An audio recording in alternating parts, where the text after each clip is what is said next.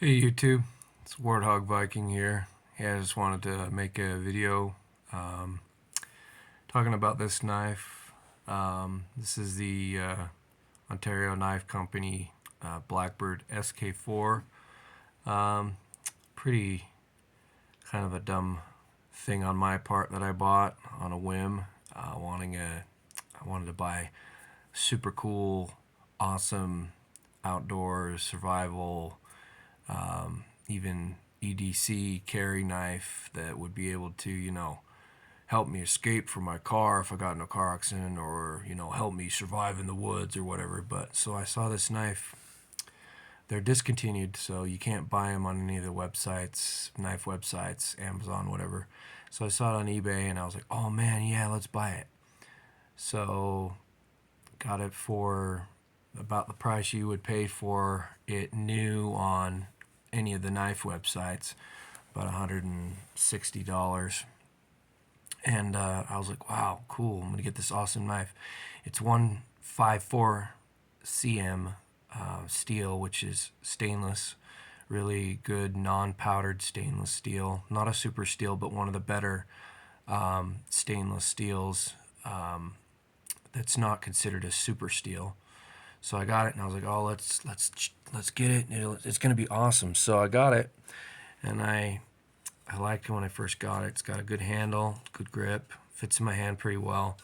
Um, it's not too short, sticks out enough that I can get a good grip on it. Four-fingered grip. I'm not a fan of the you know knives where you have the three-fingered grip. I've never been a fan of short, stubby knives. I like ones that I can actually hold with my whole hand.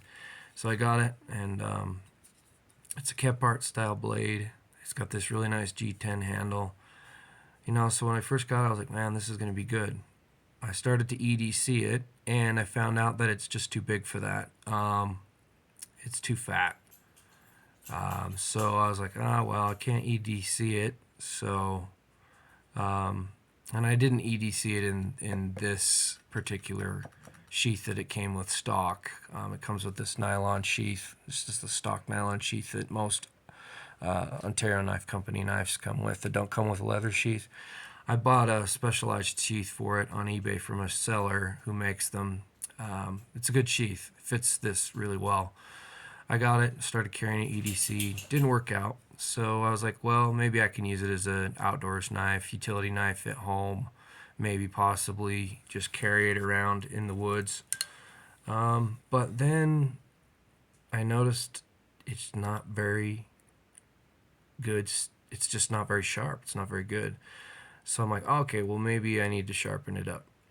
And I bought it brand new. And so I was like, well, maybe they just didn't do a good job of sharpening at the factory. So I'm not an expert sharpener by any means, but I spent about an hour on this knife, an hour and 15 minutes trying to get it sharp. I got it to the point where it was razor sharp. I could cut hair with it, and I could cut paper really pretty well. But I tried to do some kitchen prep with it, and it wouldn't cut sweet potatoes very well. Sweet potato.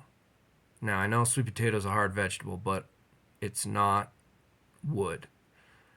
And so I was like, what's going on with this knife? So I went and I sharpened it. After I used it too, I found out that it kind of lost its edge, and I'm like, what is going on with this knife? All I did was use it to cut vegetables, and then it was on a cutting board, and a normal wooden cutting board, and I'm like, okay, so let's sharpen it again. So sharpened it, got it back to cutting paper, razor sharp, and then I went to test it on this wood. This is just normal forest wood, birch wood. I think. I don't know. I'm not a wood expert. I'm not a forestry expert. I don't know what kind of wood it is, but it's hard. And it's just stuff I got off the ground at my cabin. But let me show you. Okay, so yeah, it cuts, but I have to put a lot of force behind it to cut. And that's not good, and that's dangerous. And look at it. How much force I have to put behind that knife. And this is sharp. I spent another hour and 15 minutes. No, actually, no. Last time I sharpened it, I spent probably about maybe an hour and a half, 2 hours on it. And I kept trying to get it to a good sharpness. And I got it to where it would shave again and it would cut paper. But I've used it a little bit on this wood, and you can see it doesn't cut very well. And then I want to show you, do the paper test. This is just magazine paper, you know, nothing special.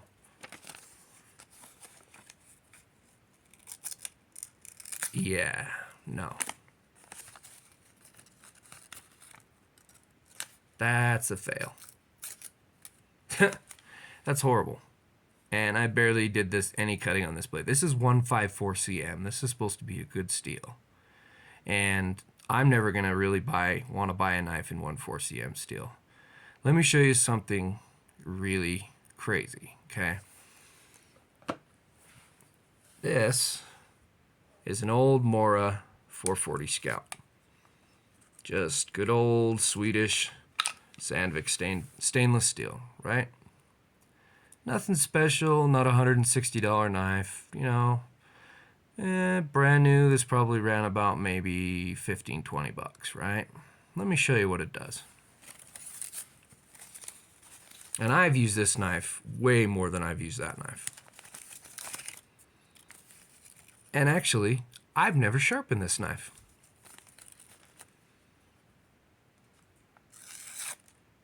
You see that? This is normal Sandvik stainless steel, which is supposed to be not as good as 154 cm. Let me show you what it does to the wood. No effort. Look at that. Look at that. That's 2 free cuts. Right? Now, let me go back to the other knife.